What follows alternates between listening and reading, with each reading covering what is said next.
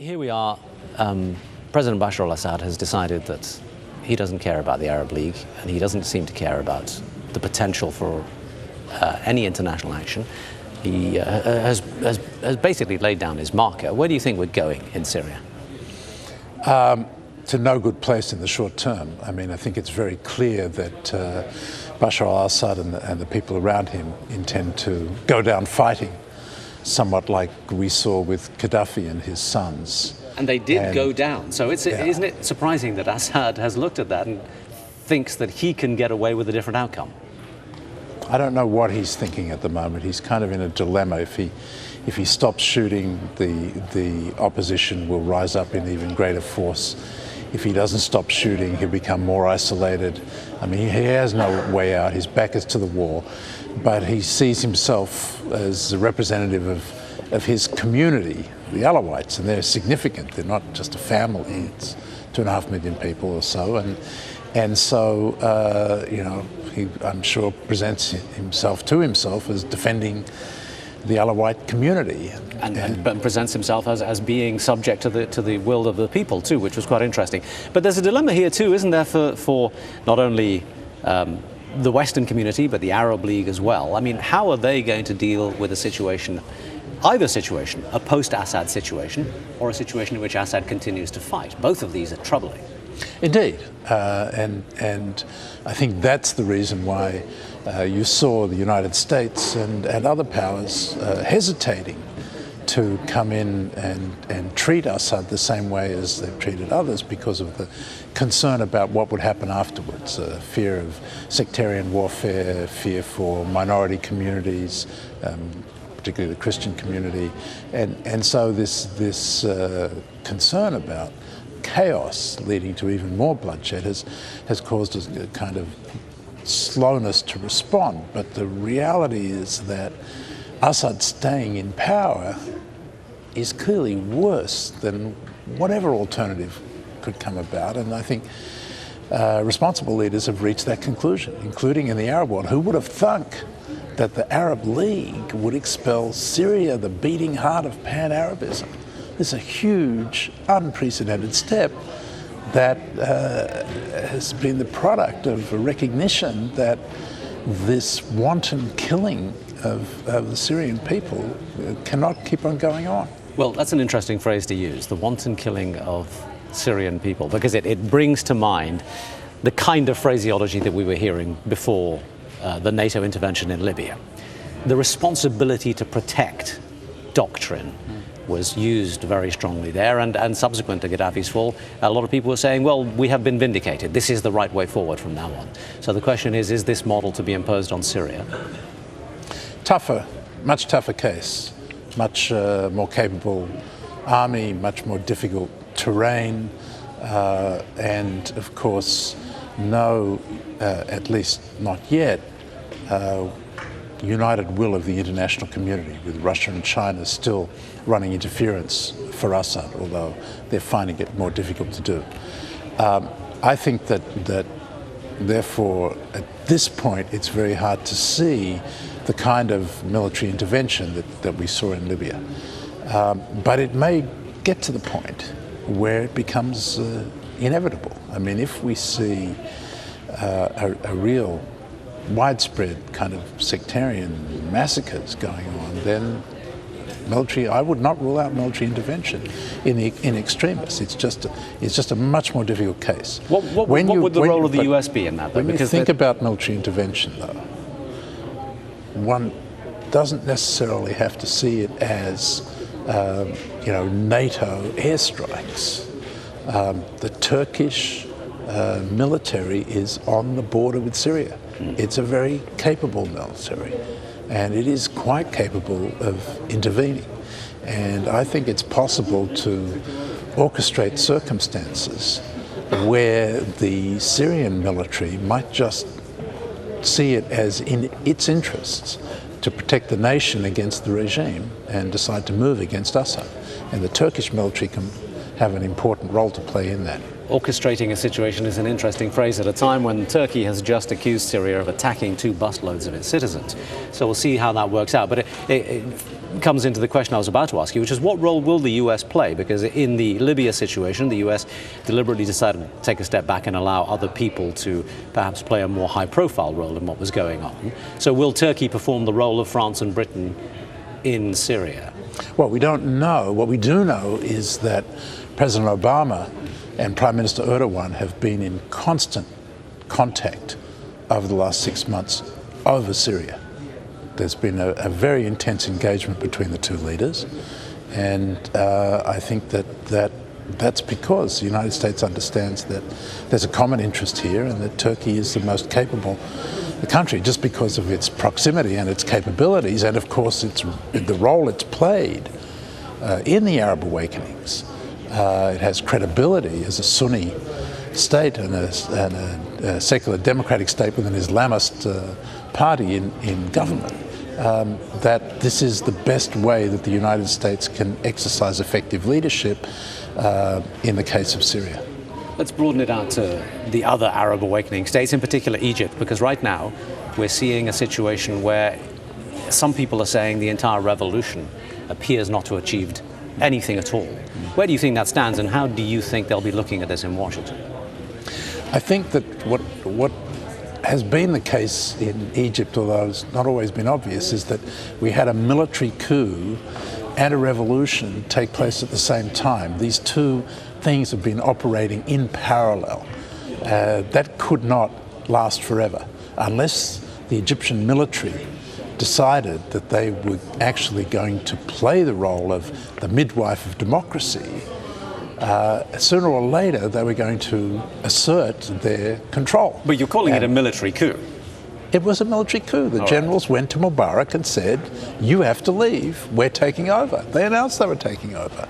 We thought, in our American naivete, that what they were actually doing was being the custodians of a process of democratization. And you're saying that they're not, and that therefore they have negated the revolution side of that duality. Is that what you're suggesting? What I'm saying is that they are seeking to retain a special status above the democratic process. And that's what the people on the street are saying. Exactly, and so that won't work. The military will have to either revert to that role of being the midwife to democracy, or I fear that we're going to see widespread rioting and a real confrontation. And again, the test for neighbors, for international observers, will be what? Well, here the United States does have leverage, and here the United States has huge interests as well.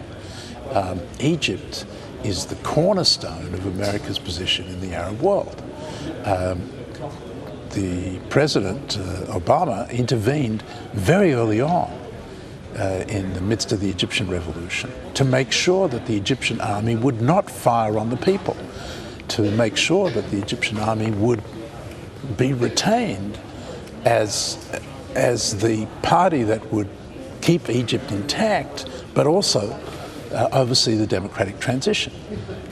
And I think that he can use that leverage now to stop the army from firing on the people. That is something which is, I think, unacceptable to the United States and the international community, and the Egyptian army will have to be basically reminded of its obligations.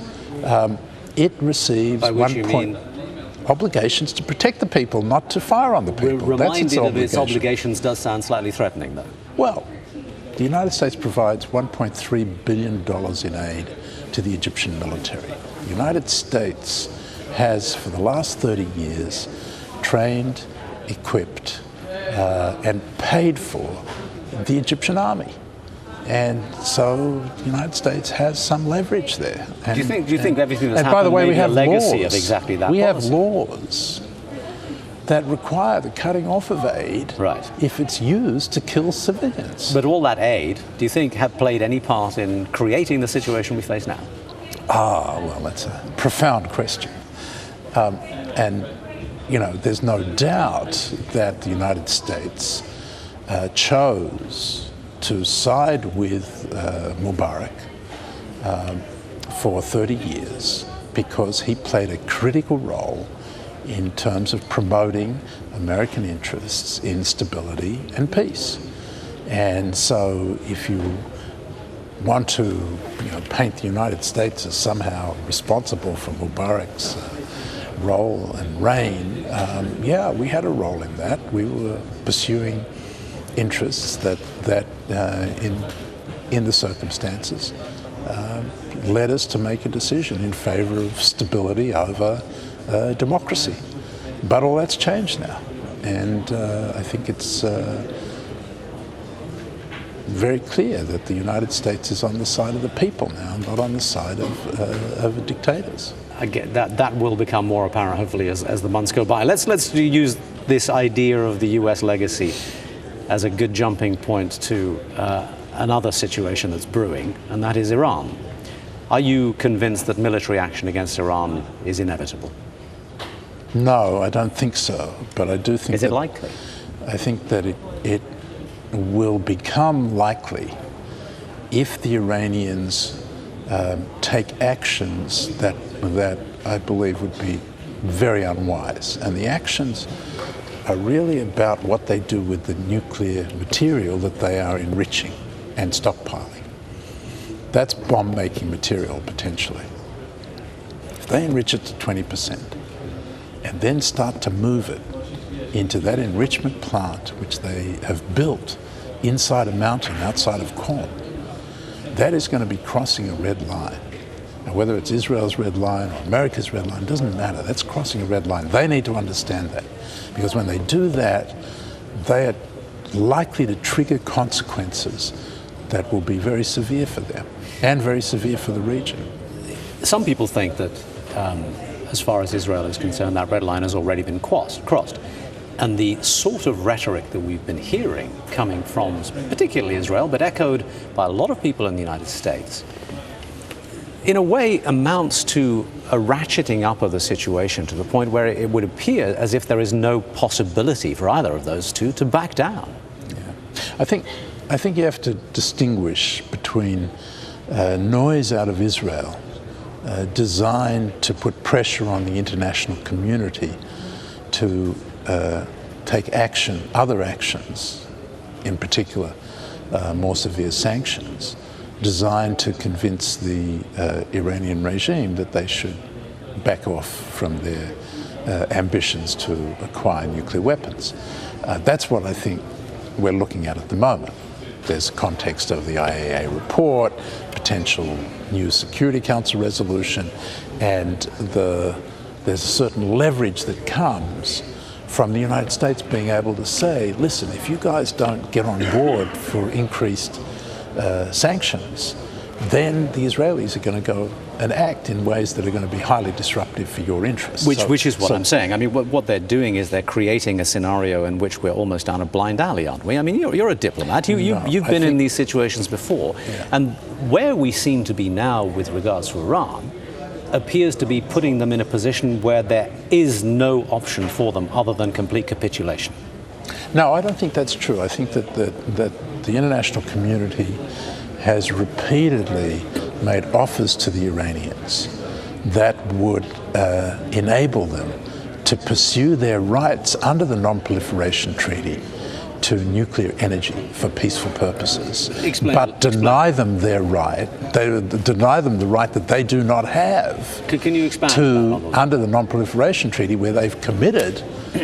They've signed the treaty, they've committed not to acquire nuclear weapons. They don't have the right to go down one road, nuclear energy, and then cross over and acquire nuclear weapons. Which they haven't done, and which they the intelligence are services clearly building towards. The AJE report is, in effect, a smoking gun. Why would you, if you're the Iranians, why would you work on the techniques for building a nuclear weapon if all you wanted was peaceful nuclear energy? Well, let me pick up on a couple of those things there and ask you to expand on, firstly, this idea that Iran has been offered plausible ways out of this.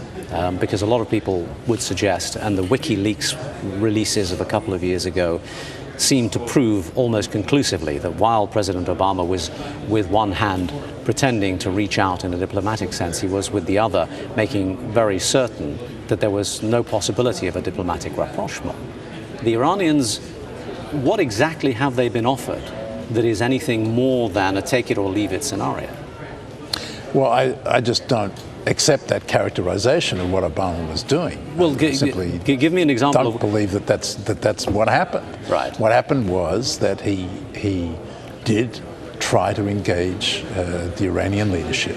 He did write 2 letters to the Supreme Leader, trying to establish a dialogue, direct dialogue. He did speak to the Iranian people and acknowledge their rights to peaceful nuclear energy, but made it clear that we will not accept, and the international community won't accept, them acquiring nuclear weapons. Then an offer was put on the table, which was a very important offer. Let me address those 2 points first, though.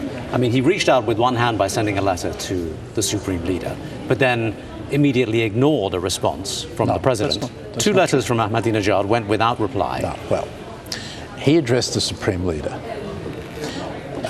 Ahmadinejad, for his own purposes, was seeking to engage the United States, but Ahmadinejad was an interlocutor who had managed to put himself beyond the pale from the United States' point of view. Okay, well, we'll he's a Holocaust denier. He threatens whatever his situation may be. He threatens to destroy an ally of the United States. Whatever his situation may be. So the president the interpretation chose inside of to Iran direct his efforts to the Supreme Leader.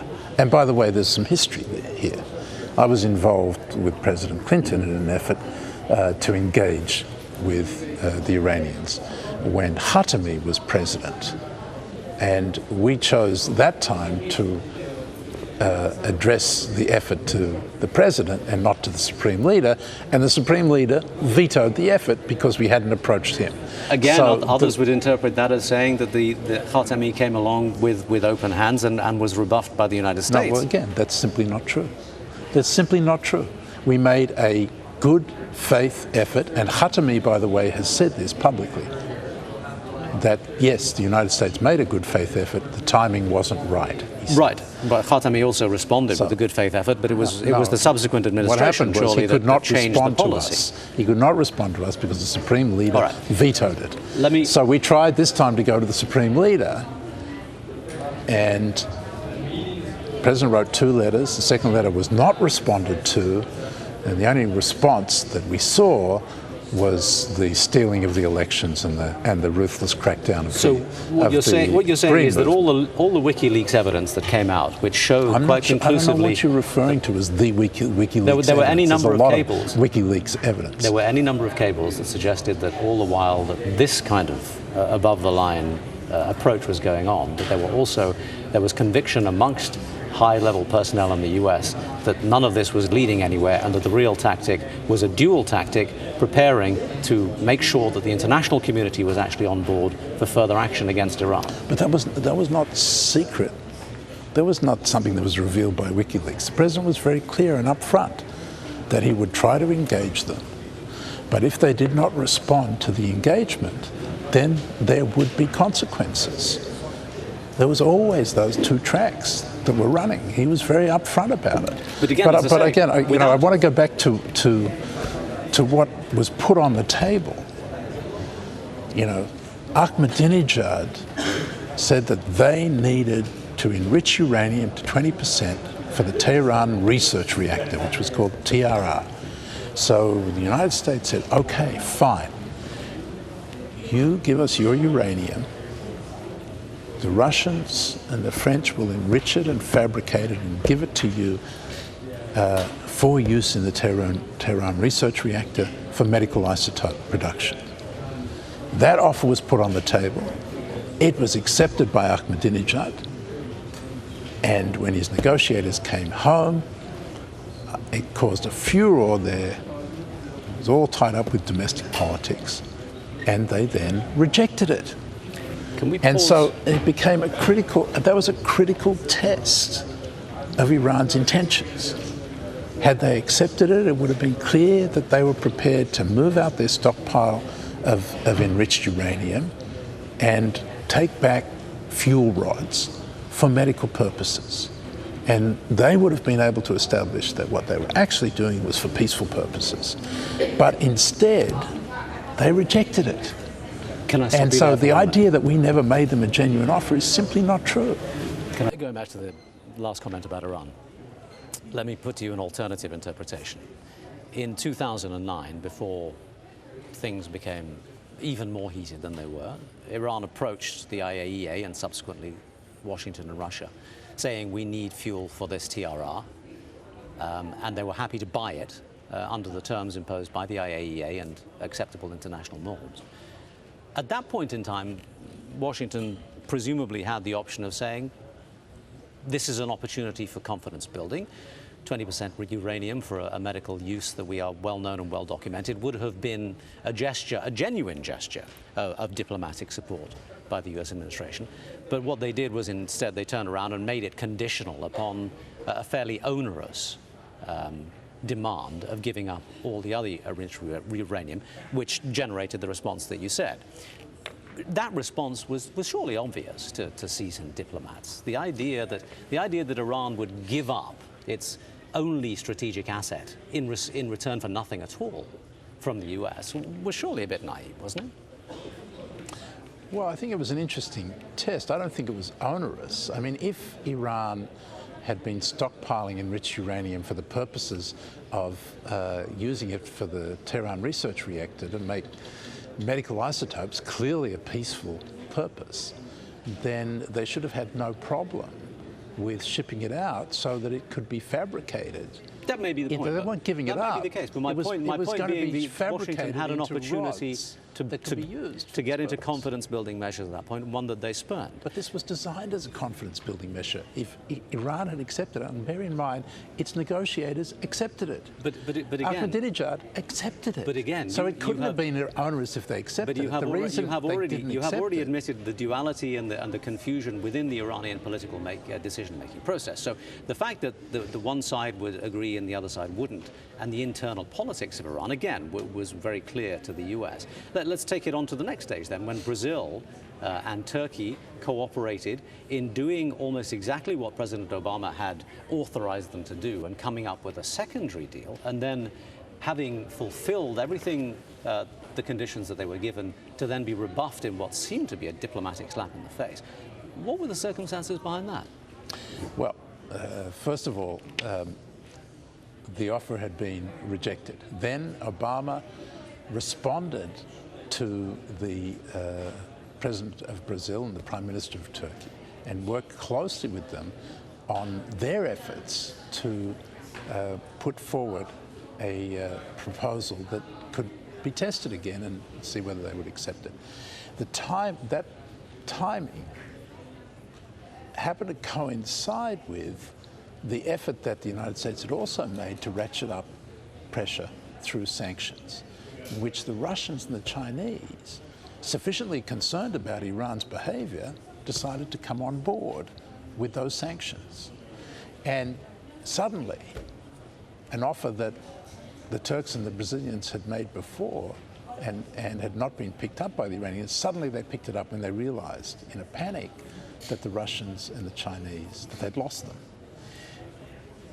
The only problem was that the Turkish and Brazilian offer got changed by Ahmadinejad, and he inserted into that arrangement something that nobody, not the United States, but nobody else could accept, which was that Iran would have its right to enrich conceded as part of this deal.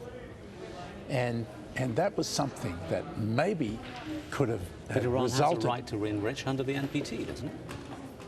Only if it has already met the concerns of the international community as expressed in repeated Security Council resolutions about the purposes of its enrichment.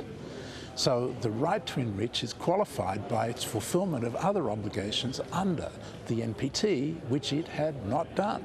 So a right to enrich could have been the result of what you call a confidence building process, but it was not something that anybody in the international community was ready to concede to Iran as a precondition for this deal. Let us assume for a minute that everything is as you have described it, that the conditions, that the events and the intentions are as you have described them. It seems fairly clear that the interpretation on the Iranian side has been other. And it's not just in Iran that the interpretations have been slightly different to the way you've presented them.